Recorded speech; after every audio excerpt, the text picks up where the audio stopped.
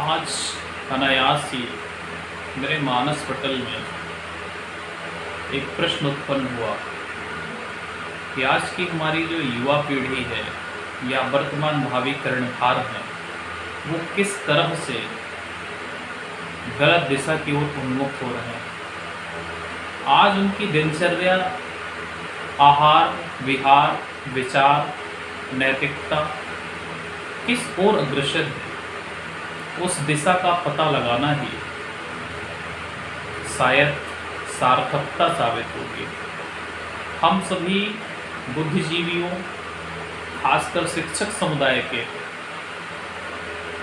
लोगों को चाहिए कि हम अपनी इस पीढ़ी या भावी कर्णधारों को एक सही दिशा में उन्मुख कर सकें, ताकि यह पीढ़ी अपने चरित्र निर्माण की ओर अग्रसर होकर एक अच्छा व्यक्तित्व निर्माण करें, जिससे हमारा विश्व गुरु होने का सपना सार्थक हो सके। भारत माता हम यूं ही नहीं कहते, हमारे हृदय में भारत माँ का एक अद्भुत सम्मान है, और यदि इस सम्मान को बरकरार रखना है तो आने वाली पीढ़ी को हमें सही संस्कार हस्तांतरित करने होंगे, क्योंकि हमारी भावी पीढ़ी एक विषाक्त दिनचर्या के गिरफ्त में है। आज उसकी जो दिनचर्या है बड़ी अव्यवस्थित है, और अव्यवस्थित दिनचर्या के साथ जब दिन की शुरुआत होती है तो उसके द्वारा जो कार्य होते हैं वो भी अव्यवस्थित ही होते हैं। शायद हमें इस बात पर विशेष जोर देने की आवश्यकता होगी कि शिक्षा प्रांगण में ही बच्चे का सर्वांगीण विकास करने के लिए सर्वप्रथम उसकी नैतिकता के लिए, उसके शारीरिक विकास के लिए, उसके नैतिक विकास के लिए हमें कार्य करने होंगे।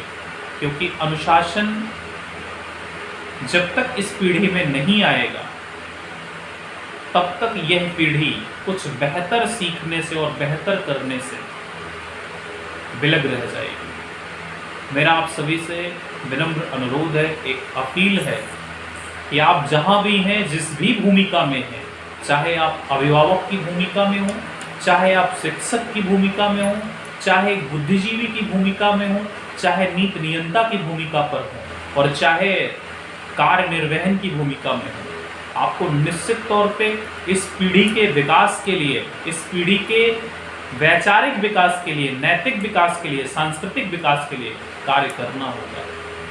अन्यथा निकट भविष्य में यह जो कॉन्वेंट कल्चर है, ये हमारे बच्चों का भविष्य निगल जाएगा।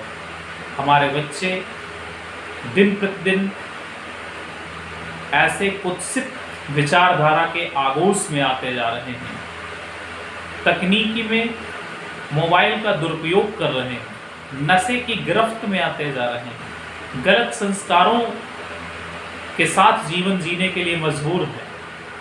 आज हमारी भावी पीढ़ी रात में 2 बजे सोकर सुबह 10 बजे जगकर अपने आप को बड़ा सार्थक समझती है। इस पर बहुत ही गहन विचार की आवश्यकता है कि हमें अपनी इस भावी पीढ़ी को, इस कर्णधार पीढ़ी को, इस भारत माँ के भविष्य को तराशना होगा, इसे सही दिशा प्रदान करनी होगी। अन्यथा कहीं यह पीढ़ी हमारे हाथ से निकल ना जाए और हमारे भारत माँ को गर्त में न ढकेल दे। मैं पुनः अनुरोध करना चाहता हूँ अभिभावकों से, शिक्षकों से, बुद्धिजीवियों से, नीति नियंताओं से, देश एवं प्रदेश की सरकारों से, बच्चों के सर्वांगीण विकास के लिए सर्वाधिक आवश्यकता उनके नैतिक विकास, उनके अनुशासन पर जोर देने की है। क्योंकि अनुशासन मनुष्य के सफलता की प्रथम सीढ़ी है। जिसने अनुशासन की सीढ़ी ही नहीं चढ़ी वह लांघ कर सफलता प्राप्त तो कर जाएगा, लेकिन उस सफलता में टिके रहना बड़ा ही कठिन कार्य होगा। मैं भावी पीढ़ी के लिए 2 पंक्तियाँ निवेदित करता हूँ। जमी सलाम करे, जमी सलाम करे, आसमां सलाम करे, जमी सलाम करे, आसमां सलाम करे, कुछ कर गुजरो ऐसा कि सारा जहां सलाम करे। 2 पंक्तियां और हैं बच्चों के लिए। जिंदगी जीना आसान नहीं होता, जिंदगी जीना आसान नहीं होता, बिना संघर्ष कोई महान नहीं होता, जब तक न पड़े हथौड़े की चोट तब तक पत्थर भी भगवान नहीं होता।